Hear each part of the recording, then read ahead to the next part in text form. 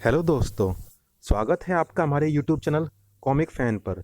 दोस्तों, मैं आज आपके लिए लेकर आया हूँ डोगा का एक इंटरेस्टिंग कॉमिक्स, तूने मारा डोगा को। चलिए शुरू करते हैं। संजय गुप्ता पेश करते हैं तूने मारा डोगा को। मोनिका, तुम मेरे साथ फ़ौरन चलो सूरज, मैं तुम्हें कुछ दिखाना चाहती हूँ। पर इस वक्त मैं अपनी बाइक धोने में बिजी हूँ, मुझे 2 घंटे लगेंगे। मैं इतनी देर इंतज़ार नहीं कर सकती, उठो। अरे सुनो तो, बैठो। मोटरसाइकिल मैं चलाती हूँ। अजीब ज़बरदस्ती है। ये कहाँ जा रही हो? मुंबई की सड़क दिखाने। वो तो मैं रोज़ देखता हूँ। हाँ, मगर मुंबई की सड़कों का ऐसा रूप तुमने कभी पहले नहीं देखा होगा। यहाँ किसी मंत्री या नेता का भाषण होगा। मोनिका ने मोटरसाइकिल आगे बढ़ाई। क्या 20 किलोमीटर किलोमीटर लंबी इस पूरी सड़क को मंत्री के भाषण के लिए सजाया गया है? और ये देखो, इस बाजार को जो फूलों की महक से सराबोर है। फूलों के इतने बड़े बड़े बुके किस लिए भाई? और दिखाती हूँ।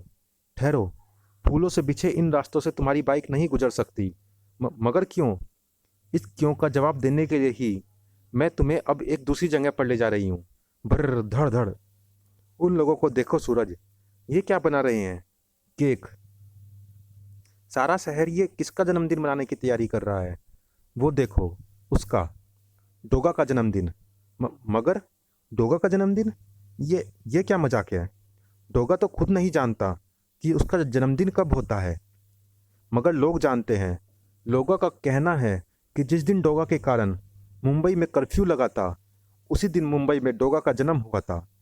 उस दिन डोगा की गोली ने एक खतरनाक अपराधी को मौत के घाट उतारा। आज तक डोगा ने जिन लोगों की मदद की है, वो सब डोगा का जन्मदिन मनाते रहे हैं। मगर आज उन लोगों की संख्या बढ़ गई है। आज अक्खा मुंबई डोगा का जन्मदिन मनाना चाहती है। वो देखो, बच्चा बच्चा डोगा का जन्मदिन मनाने आ रहा है। Doga Doga, happy birthday Doga. क्या इन लोगों को विश्वास है कि डोगा केक काटने आएगा? डोगा के जन्मदिन का केक डोगा नहीं काटेगा सूरज, बल्कि डोगा का रूप धरकर आया वो बच्चा काटेगा। आज वह बच्चा निखिल डोगा का स्थान लेगा। वो देखो, डोगा के शुभचिंतक डोगा के प्रतिरूप को शुभकामनाओं के ढेरों ग्रीटिंग्स दे रहे हैं। Thank you, happy birthday Doga. नहीं, ये गलत है। ये परंपरा नहीं बननी चाहिए। डोगा का जन्मदिन मनाना गलत है मोनिका। आखिर डोगा के जन्मदिन का ये जश्न किस लिए? डोगा का जन्म समूची इंसानियत के नाम पर धब्बा है। पुलिस और प्रशासन के लिए शर्म का विषय है। बड़े बड़े नेता और उन मंत्रियों के लिए डूब मरने की बात है जिनके निकम्मेपन के कारण अपराध बढ़ता है, फलता है और फूलता है। अगर ये लोग चुस्त दुरुस्त और अपने काम के प्रति निष्ठावान रहे, तो डोगा का जन्म क्यों हो? क्यों अपराध फैले? क्यों अपराधी सीना तान कर घूमे? इंसानियत क्यों रोए खून के आंसू? क्यों हो कोई अनाथ? क्यों हो कोई बेसहारा?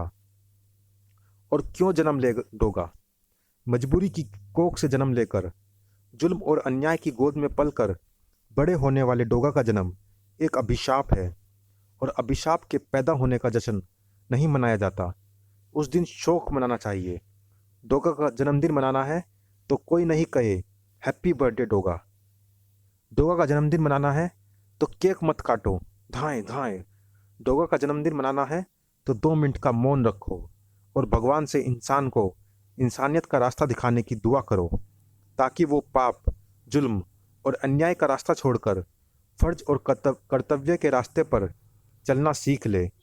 Don't say happy birthday Doga, से हैप्पी बर्थडे ह्यूमैनिटी। मानवता का जन्मदिन मुबारक हो। डोगा ने तो कह दिया था हैप्पी बर्थडे ह्यूमैनिटी, मगर मानवता कुछ लोगों के दिलों से दूर हो चुकी है। जिंग जिंग जिर्र। ओह गॉड, ये क्या? ये अफीमची था, जो नशे में अपनी आधी बंद आंखों से डोगा की मूर्ति को डोगा समझ बैठा था। हा हा हा। डोगा को तो मैंने बड़ी आसानी से मार दिया, टुकड़े टुकड़े कर दिए उसके। वो डोगा नहीं है अफीमची, डोगा की मूर्ति है। ओहो, तो डोगा वो है। अभी उड़ा देता हूँ उसकी खोपड़ी। ग्रर ठां। बचो बच्चे। बच्चे पर क्यों गोलियां चलाता है? मुझ पर चला, मैं हूँ असली डोगा। ओह, लगता है आज ज़्यादा अफीम खा गया हूँ, इसलिए बार बार डोगा को पहचानने में गलती हो रही है। मगर अब कोई नहीं बचेगा, ना असली डोगा ना नकली डोगा, सब खल्लास हो जाएंगे। वो तब जब ये बम नीचे पहुंचकर फटेंगे, और मैं ऐसा नहीं होने दूंगा। जिंग बैंग जिंग भूम। डोगा ने अफीमची का उछाला, अपनी ओर बढ़ता आखिरी हैंड ग्रेनेड खुद लपक लिया। देख अफीमची, मैंने मौत को मुट्ठी में दबा लिया, लेकिन ये मौत मेरी नहीं है, तुम सबकी है। जाओ अपने अपने घर जाओ। डोगा की शुभकामनाओं के फूलों और ग्रीटिंग्स को डोगा स्वीकार नहीं कर सकता। कल सुबह इन्हें म्यूनिसिपैलिटी वाले आकर अपनी गाड़ियों में ढोकर ले जाएंगे, और तेरी लाश को ढोने के लिए आएगा शव वाहन। डोगा संभाल पाता उससे पहले ही एक कार डोगा की तरफ उछला। ले डोगे संभाल। डोगे? शव वाहन तो धूल उड़ाता चला गया। डोगे का संबोधन तो कालू करता है, यानी शव वाहन में मेरे सामने से निकला वो शख्स काल पहेलिया एकदम से कैसे आ गया? कहीं अफीमची का हमला उसी ने तो नहीं करवाया था। उसने अनुमान लगा लिया होगा कि डोगा अपने जन्मदिन को सेलिब्रेट करने जरूर आएगा। ये लिफाफा कैसा है? शादी के कार्ड जैसा। Death certificate of Doga. ये मेरा डेथ सर्टिफिकेट है। काल पहेलिया तो पहेलियों में बात करता है, ये डेथ सर्टिफिकेट भी पहेली होना चाहिए, और किसी का डेथ सर्टिफिकेट बनता है उसकी मौत के साथ ही। खटक गया था डोगा का दिमाग, यानी ओहो। डोगा ने जबरदस्त फुर्ती के साथ वह कार्ड हवा में उछाल दिया। मैंने समय रहते काल पहेलिया की ये मौत की पहेली हल कर ली, वरना ये लेटर टाइम बम मेरे हाथ में फटता और कालू का मुझे डेथ सर्टिफिकेट थमाने का प्लान सफल हो जाता। असली डोगा ना सही, नकली ही सही, कालू ने कहीं तो अपना गुस्सा उतारना ही था। अफीमची भी फेल हो गया और मेरा लेटर पहेली बम भी फेल हो गया। चीर डालूंगा तुझे, चीर डालूंगा डोगे, एक दिन ऐसे ही चीर डालूंगा तुझे। ये तो मेरा नकली भूसा भरा शरीर है, ये तो तेरा नकली भूसा भरा शरीर है, पर मेरी तमन्ना है कि तेरी असल खाल में भूसा भर के तुझे अपने ड्राइंग रूम में सजाऊंगा डोगे। अपने क्रोध पर काबू रखो कल्लू। गुरु काल नीतिया, तुम यहाँ? हाँ, ये कलयुग है जहाँ शिष्य गुरु से मिलने नहीं, गुरु शिष्य से मिलने जाते हैं। मेरा दिल किया तो तुझसे मिलने आ गया। ऐसा कहकर मुझे शर्मिंदा मत करो गुरु काल नीतिया। दरअसल मुंबई के अंडरवर्ल्ड पर राज करने का नशा मुझ पर कुछ ऐसा चढ़ा है कि मैं सब कुछ भूल गया हूँ। मगर मेरे रास्ते में एक कुत्ता है, डोगा नाम है उसका। मेरी मौत देने वाली पहेलियों को उसने बच्चों का खेल बना डाला है। जब भी मैं उससे खाई हुई शिकस्त और अपने अपमान को याद करता हूँ तो मेरा खून खोल उठता है। पहेलियों से अपने दुश्मनों को छका कर मौत देने की कालनीति मुझे तुमने ही सिखाई थी गुरु कालनीतिया। अब तो मुझे तुम्हारी कालनीति पर भी शक होने लगा है। मैंने आते ही कहा था कि अपने क्रोध पर काबू रखो कल्लू। वो इसलिए कहा था क्योंकि अपने अंदर पैदा होता ये क्रोध ही तुम्हें हमेशा याद दिलाएगा कि तुम्हें किसी के हाथों हुई अपनी शिकस्त का बदला लेना है। और ये मेरी काल नीति का पहला नियम है जिसका पालन तू नहीं कर रहा, क्योंकि तू क्रोध को प्रकट कर रहा है, और क्रोध जब प्रकट हो जाता है तो वो बुद्धि की गुणवत्ता को ख़त्म कर देता है कल्लू। वरना तू एक बार मेरे पास जरूर आता, और तब मैं तेरे उस दुश्मन की मौत का रास्ता तुझे जरूर बताता। मुझसे गलती हो गई, पर अब भी कुछ नहीं बिगड़ा। मुझे इस कमीने की मौत का रास्ता बताओ। हर नहले पर दहला जरूर होता है कल्लू। चल पता करके बता कि पूरी मुंबई में कौन से जियाले हैं जो डोगा को मार डालने की ताकत रखते हैं। फिर देख मेरी काल नीति उनसे डोगा को कैसे मरवाती है। जरूर बताऊंगा गुरु काल नीतिया। देखना है कि तुम्हारी काल नीति भी डोगा को मार पाती है या नहीं। इधर सूरज, कल रात डोगा ने जो कुछ किया उसे सुनकर मेरे दिल में डोगा के प्रति श्रद्धा और बढ़ गई है। ये सच है कि मैंने भी कभी डोगा को पसंद नहीं किया, आज भी उससे नफरत करती हूँ, लेकिन डोगा के वजूद को स्वीकार करने के लिए विवश भी हूँ। इसलिए नहीं कि वो तुम हो सूरज, बल्कि इसलिए कि डोगा की ज़रूरत कई इंसानों की ज़िंदगी में अमन और सुकून भर सकती है। हमारी व्यवस्थाएं और हमारा कानून इतना लचर हो चुका है कि उसे भी डोगा के सहारे की ज़रूरत है। मोनिका ने सच कहा था, मगर किसी ने यह भी सच कहा है कि जब कहीं कोई कुत्ता रोता है तो वो अपशकुन होता है। आ बू। मुझे हथियार सौंपने के साथ तू रोने क्यों लगा जिन्नी? चुप कर। लोग तेरे रोने को मनहूस मानते हैं। बाहर निकल कर मारेंगे तुझे। पर जिन्नी कोई संदेश दे रहा था। टोगा ने कुत्ते के रोने के संदेश को सुना और हा हा हा, क्या कहा तूने जिन्नी? तुझे यहाँ मेरे आसपास कोई ऐसा खतरा महसूस हो रहा है जो मेरे सिर पर मंडरा रहा है। तो इसका मतलब आज बारूद ज़्यादा चाहिए मुझे, क्योंकि जो डोगा के लिए खतरा बनकर आ रहा है तो वो कोई मामूली खतरा तो होगा नहीं। घबरा मत, और बारूद मंगाने के लिए मुझे बजानी होगी अपनी अल्ट्रासोनिक व्हीसल। डोगा ने अपने जबड़ों को चौड़ा किया।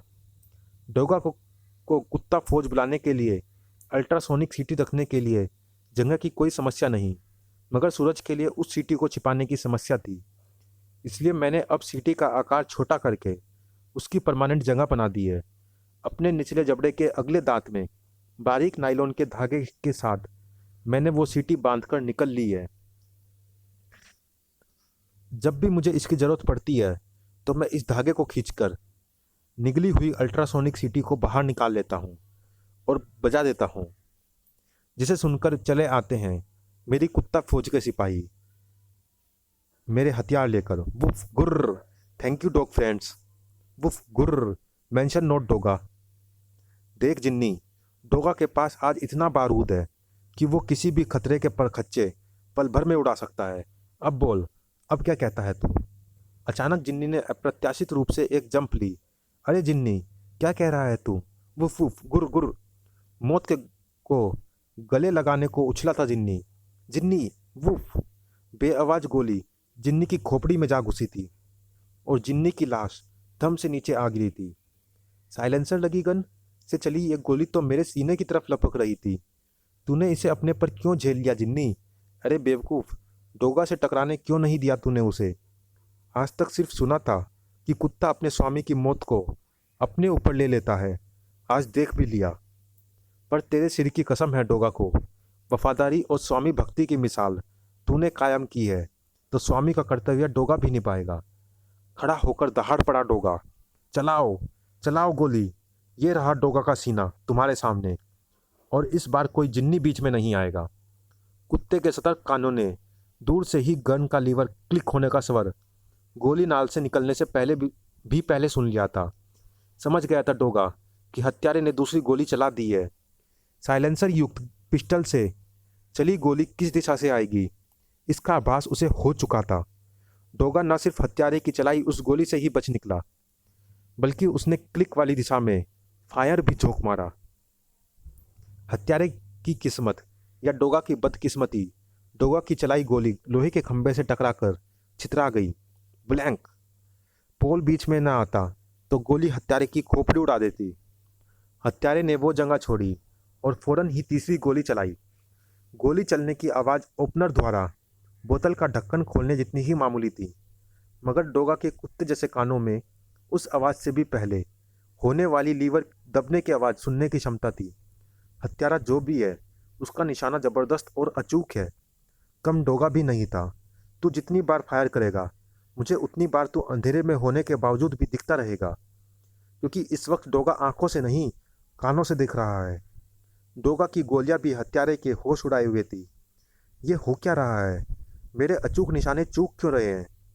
मेरी हर गोली के जवाब में हत्यारा मुझ पर एक नया फायर कर रहा है, और उसके हर फायर पर उसकी स्थिति का पता लगाकर मैं भी उसी पर उसी गति से फायर कर रहा हूँ, मगर परिणाम कुछ भी नहीं निकल रहा। पिट क्लैंक।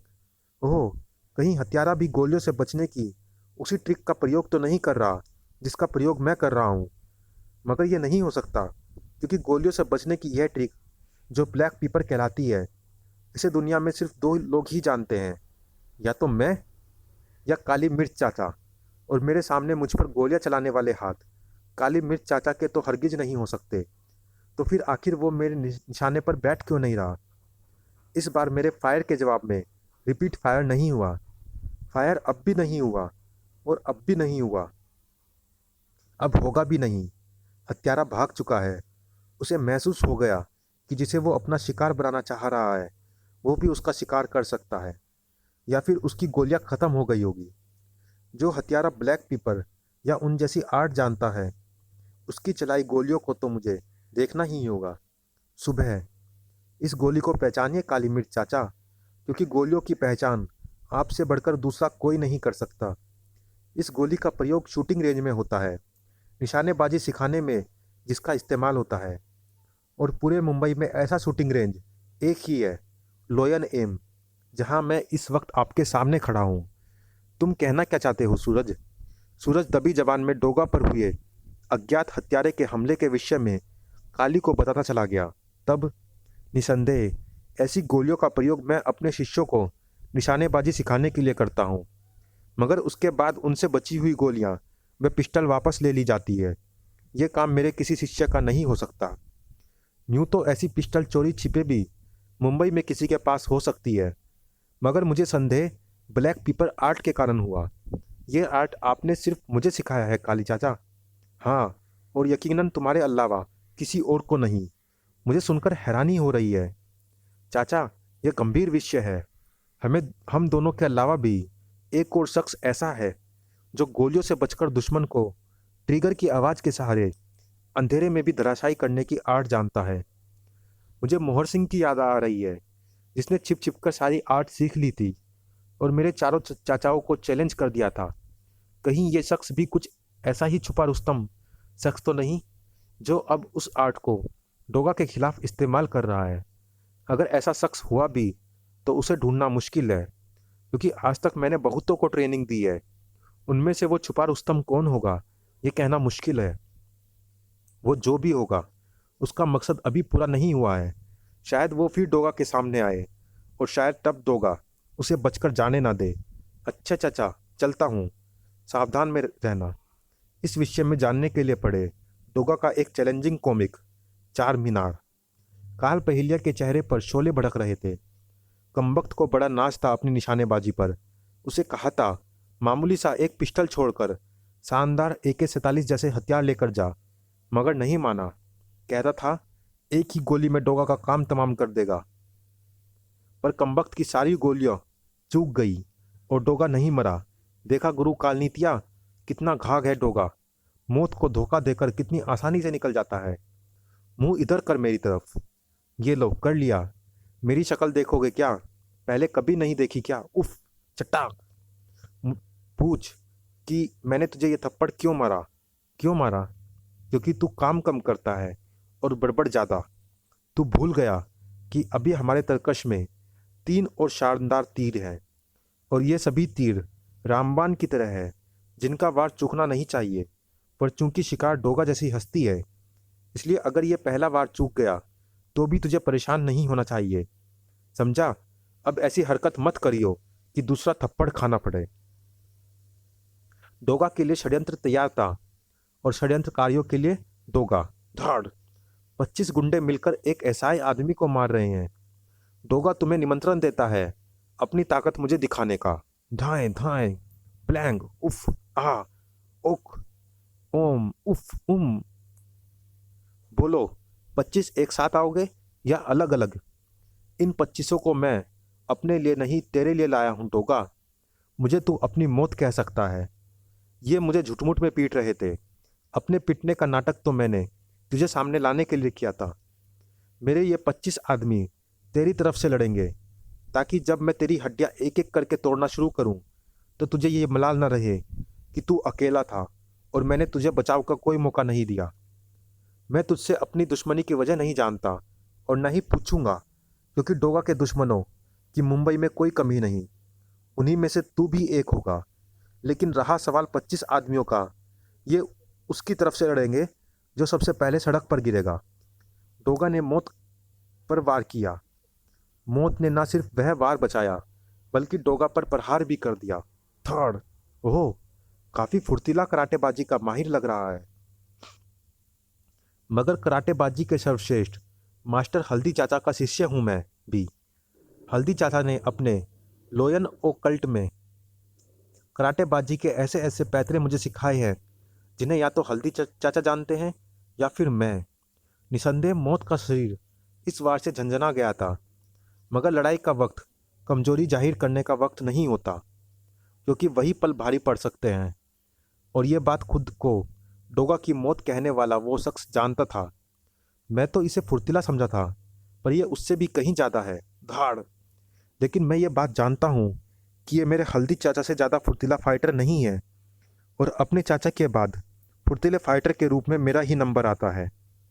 पर आज क्या उसका ये महाविश्वास टूटने वाला था, क्योंकि मौत ने बाज की सी फुर्ती के साथ डोगा को गर्दन और पेट से दबोच लिया था। उफ। लड़ाई में अक्सर ये होता ये है कि जब शत्रु अपने प्रतिद्वंदी का कोई अंग दबोच लेता है तो प्रतिद्वंदी का सारा ध्यान उस अंग को छुड़ाने में लग जाता है, जिससे वो असावधान हो जाता है। मगर ये तो जरा भी विचलित नहीं हो रहा, उल्टे इसने भी मेरे अंग दबोच लिए हैं। मौत ने दूसरे ही क्षण डोगा को हवा में उछाल फेंका। मेरे आगे अभी बच्चा है तू डोगा, मैं जमीन की तरफ गिर रहा हूँ। डोगा ने हवा में ही कलाबाजियाँ खाकर खुद को जमीन पर गिरने से रोका, मगर मौत तो उसे जमीन पर चित करने को आमादा थी। जिस वक्त मैं हवा में कलाबाजी खाकर जमीन पर पांव टिकाने की कोशिश कर रहा था, यह उसी वक्त उछल चुका होगा।